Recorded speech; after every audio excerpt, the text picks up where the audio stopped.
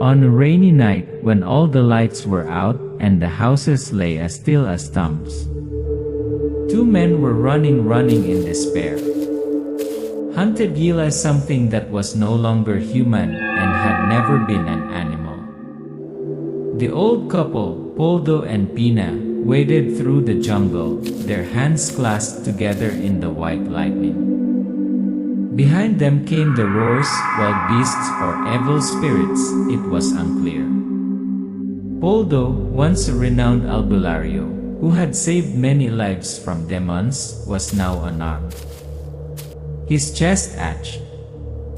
The old scar on his left breast seemed to come alive, burning and foreboding. 15 years ago, I encountered them. But what was following was not the same. They were more numerous, more bloodthirsty, and organized. They stopped. They had no strength to run, but as the lightning streaked across the daylight, a dark figure appeared ahead. Not monsters. Humans. Or rather something between humans and demons. A scene of a mystical party in the forest, hanging lanterns, hundreds of cloaked creatures gathering, eerie laughter echoing throughout the forest. Tonight a race of demons will crown a new leader. One who dreams of domination over the flesh and blood of humans. But they don't know. There is someone hiding among the crowd. An old man with a lightning scar and a grudge that has never subsided. You thought I died in that lightning strike. But that lightning gave me back a reason to live. Tonight I am not just Poldo, but I am the one who brings the fire of heaven to burn your kind. Albulario, ye night evil shadow eaters, on a rainy night, when all the lights were out and the houses lay as still as stumps. Two men were running in despair. Hunted realized something that was no longer human and had never been an animal. The old couple, Poldo and Pina, waded through the jungle, their hands clasped together in the white lightning. Behind them came the roars, wild beasts or evil spirits, it was unclear. Poldo, once a renowned albulario, who had saved many lives from demons, was now unarmed. His chest ached. The old scar on his left breast seemed to come alive, burning and foreboding. 15 years ago, I encountered them. But what was following was not the same. They were more numerous, more bloodthirsty, and organized. They stopped. They had no strength to run, but as the lightning streaked across the daylight, a dark figure appeared ahead.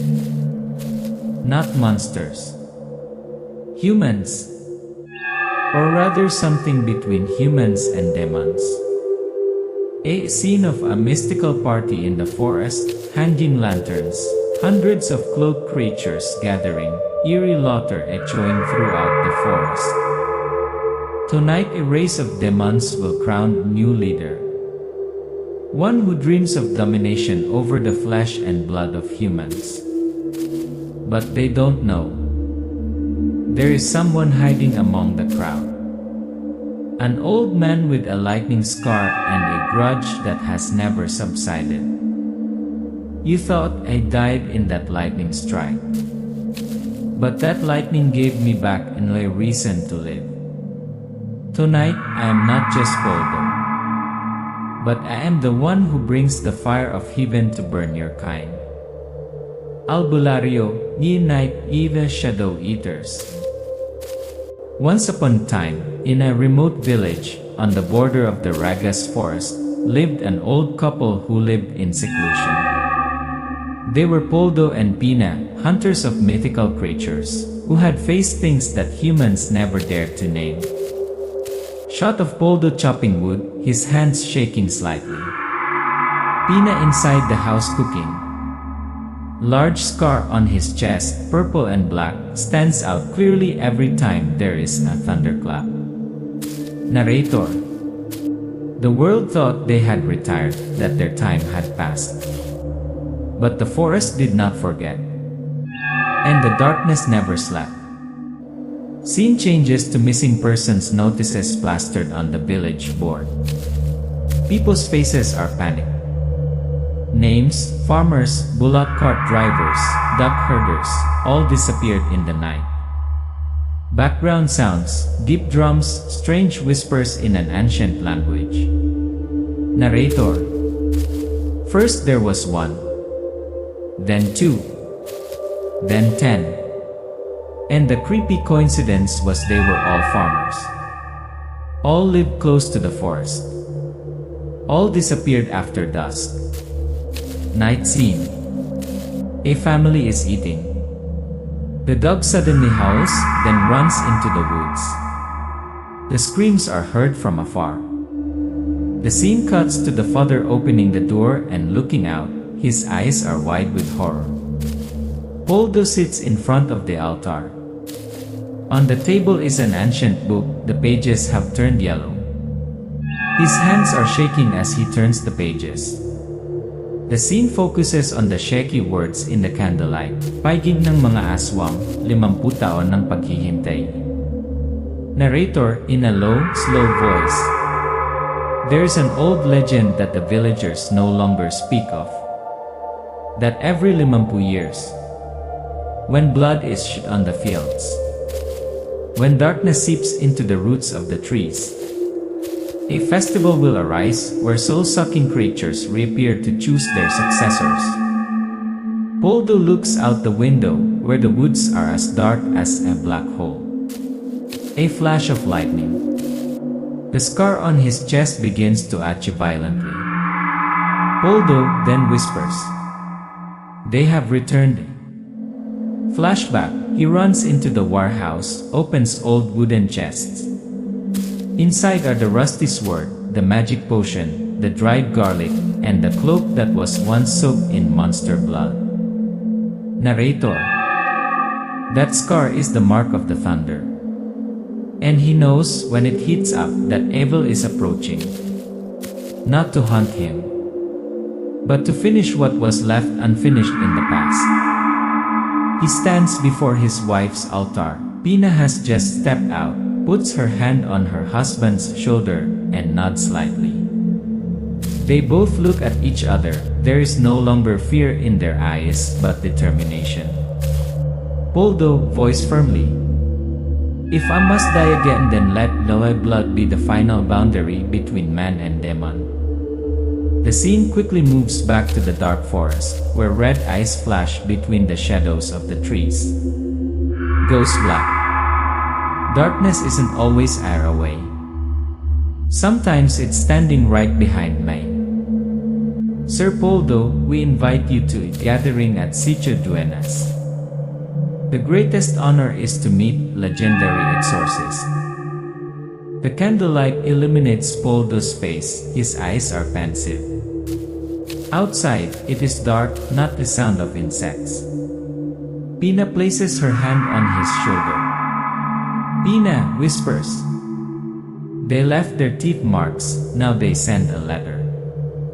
It is not an invitation, it is a challenge. Poldo groans. And I will answer. Scene, an isolated village, surrounded in a deep forest. Black flags hang, yellow lanterns glow. The villagers are all dressed in cloaks, their faces covered. Narrator. Sitio Duenas, a name that was erased from the map nearly 50 years ago. But tonight, that place is lit again. Not Ila people, but Ila things that used to be people. Ye Devil's Feast. Scene of Poldo in black robe, walking among silent guests. He says nothing, just watches. Buffalo blood, raw meat, herbal wine are brought out. No one eats with spoons. Everyone uses their hands. Long tongues. Sharp nails. Suddenly, the lights focus on a wooden stage in the middle of the village. Ends in a hoarse, creepy voice. O blessed ones of darkness! Welcome to the new leader, the one who will put our race on the throne, Dantasio. Steady, chilling applause. An old man with white hair steps out. His eyes are deep, his smile is cold as steel. Ian Tasio. Enough of hiding. Enough of stealing like wild dogs. It is time for our race to own what is ours, the land, the blood, and the soul. The applause turns to a roar. Poldo bows slightly, but his hands tighten on the charms in his pocket. Banjing, fraudster joins the game. Scene changes. In a tent outside the village, Banjing, a smart, disheveled young man, is adjusting the drone, installing a thermal sight. Banjing smirking. Listen, old man. I don't believe in ghosts. But you say you have money. I have camera. Poldo throws out a photo, a dead farmer with his eyes gouged out. Banjing retreats. Really ghosts? Poldo. They're rebuilding the kingdom right on our land. And you, little boy, will help me expose them. Banjing turns on the device. The drone flies up, thermal imaging appears. In the darkness, the human shapes do not radiate warmth but coldness like corpses. Conspiracy ampersand hidden truth. Poldo observes the festival through a magnifying glass. On the old map are agricultural lands. He begins to connect the data from the drone and discovers the people who were killed all have their own land. Poldo. They are not choosing their victims randomly. They are taking the land acre ile acre.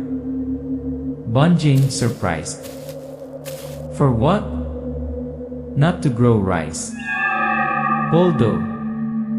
The land is the source of spiritual energy. The more land with human blood, the stronger they are. The rebellion plan. In the makeshift tent, Poldo, Banjing, and a few survivors begin to plot their plan to divide the Aswang spreading false information, exposing the lies of Dantasio, who is manipulating the smaller clans. Banjing, seriously? I can install a micro camera. You just need to bring me to the next party. Leave the rest to me. Poldo. I will make them eat each other with their own fear and greed. Poldo steps into the forest, eyes closed, pulls out the ancient amulet, and silently drops it to the ground. A slight crack appears. The wind picks up. It's pale blue like flashes in the storm. Narrator. The game is set. The pieces are in place. And in the darkness there will be those who will never return. There are wounds that seem to have healed. But at a certain moment they will come back to life. Not to torment, but to remind us that we have never truly been at peace. Call from T.U. Scar. Poldo in the deep forest, hand on his chest. The scar there is smoking slightly, bubbling red as if breathing. Poldo whispering, sweating. No. Not now, B. But then, a thunderclap splits the raila. Lightning flashes white across his face. His eyes turn from brown to silver. Narrator.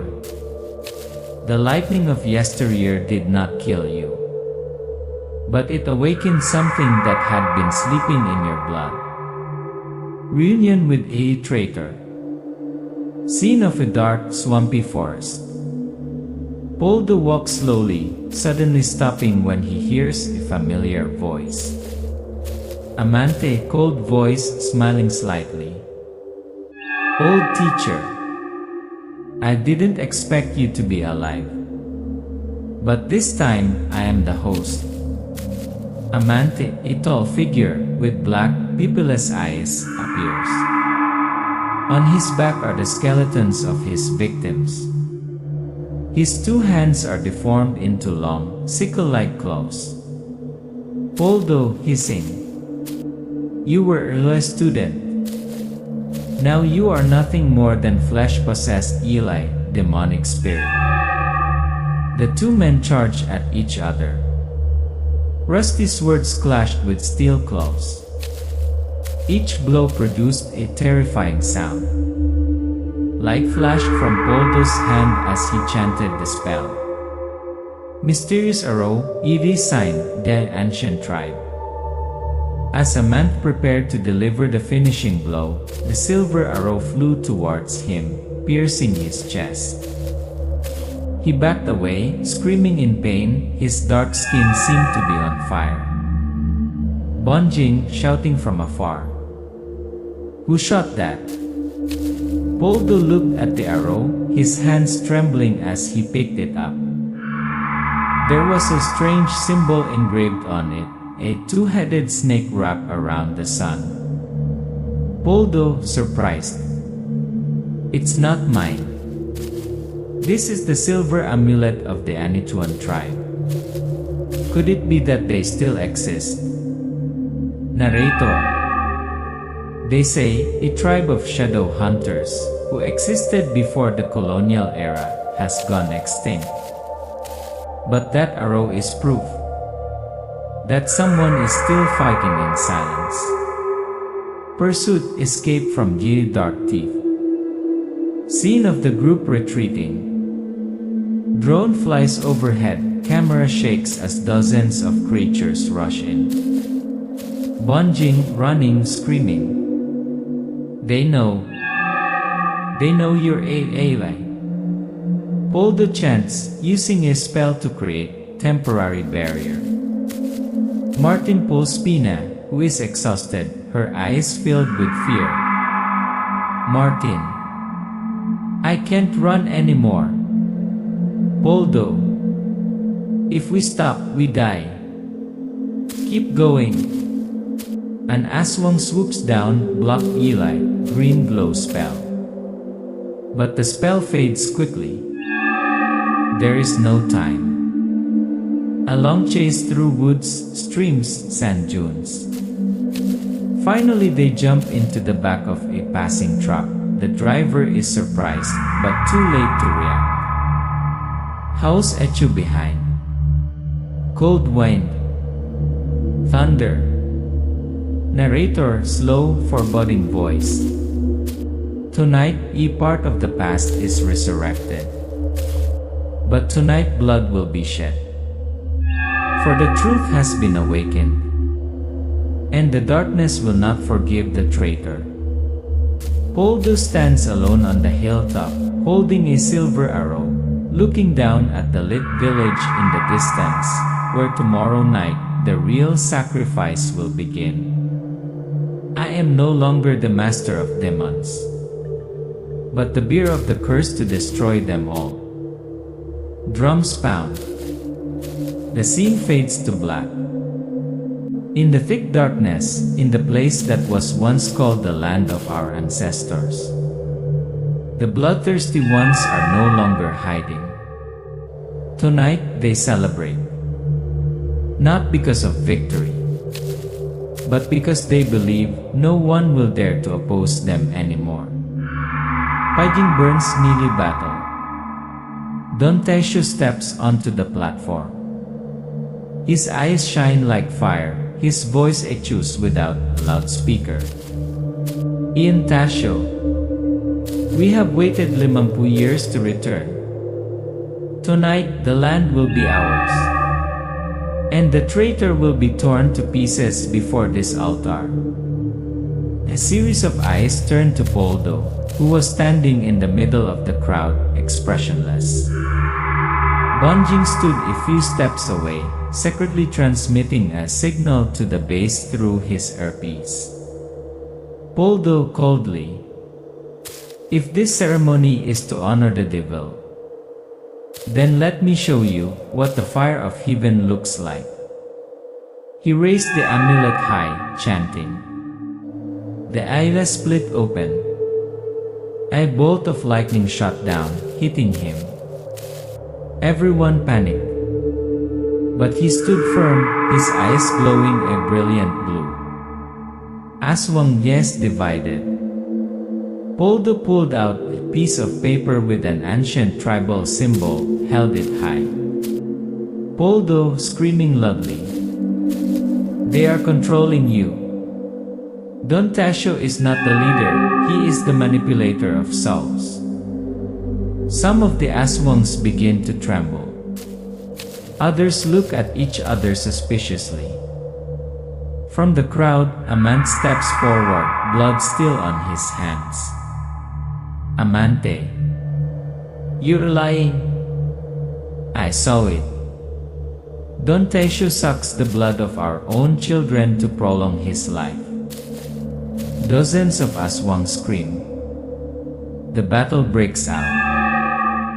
They turn to tear each other apart, like hungry wild animals forced to eat their own kind.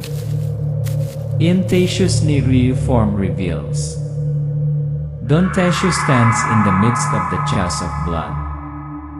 His skin is torn, his bones are exposed in pieces, his muscles are twisted, he has grown extra limbs. One side of his face is human, the other side is a demon's head. Il Tasio, in a two-tier, resonant voice, "I am not immortal. But death does not dare to acknowledge me."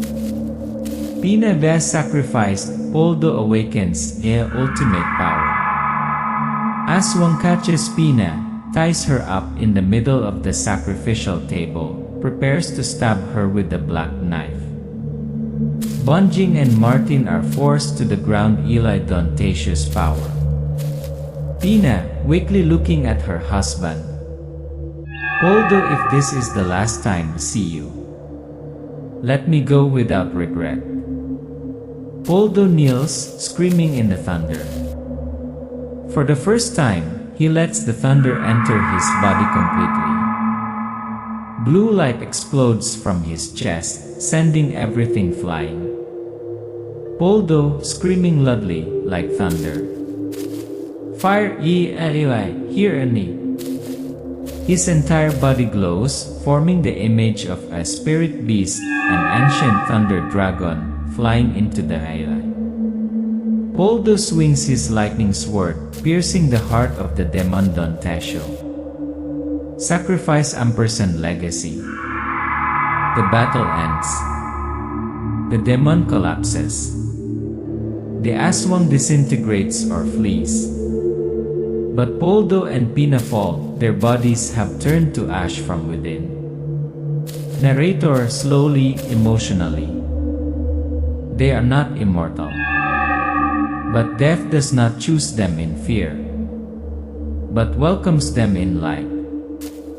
Banjing and Martin stand in the middle of the battlefield, their eyes red, in their hands are a half-burned lightning sword and discolored talisman, the last relic.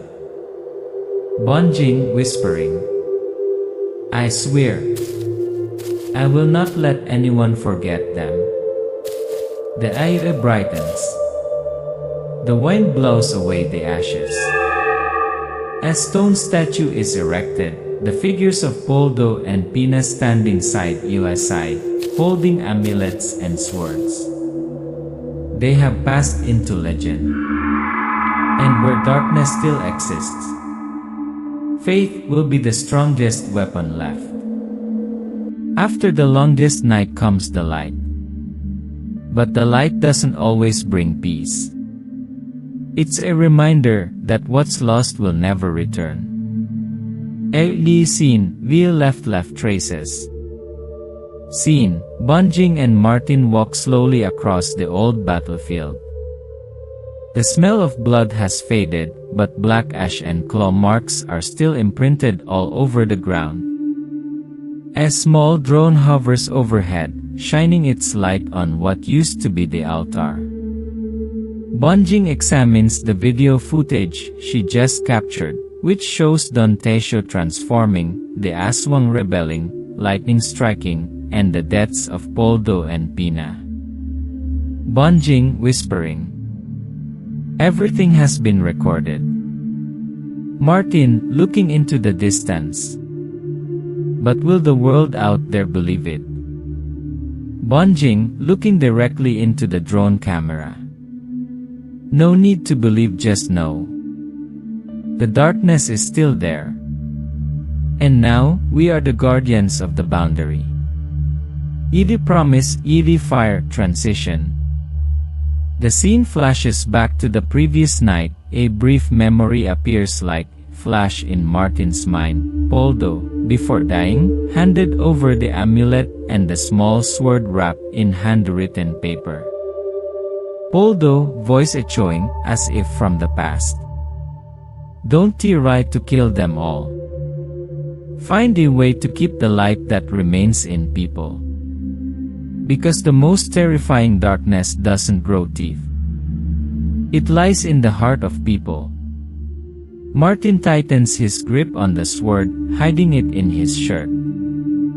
He turns to Banjing, nodding slightly. Lily beginning a new battle line. Image, Banjing sits in front of an old laptop, drone plug into it. The video is backed up in multiple copies, uploaded to different servers. The screen displays the words, Project Ligtas, Operation to Stop the Spread of Darkness. Martin opens a map, marking areas with strange phenomena, disappearances, strangely behaving wild animals, the smell of raw meat from the forest. Banjing, laughing slightly. "It's no longer a joke. Now we are the last ones standing between them and humanity." Martin. "No, not the last. The first in a new war." Suggestion, the darkness still moves. The two stood on the hilltop looking out into the deep forest. The sun had risen, but dark clouds were still gathering over the distant mountain. Suddenly, a blue lightning bolt streaked across the area. The trees below shook violently, the ground cracked slightly. Narrator, deep, mysterious voice. "They have lost their leader, but they are not dead. They have retreated, but they are not gone. And as long as the night lasts, the light must be guarded." Fade to black, soft, pounding music, then white text appears. "Ye legend, yes, anti-over. Ni keepers, ye fire. Have awakened.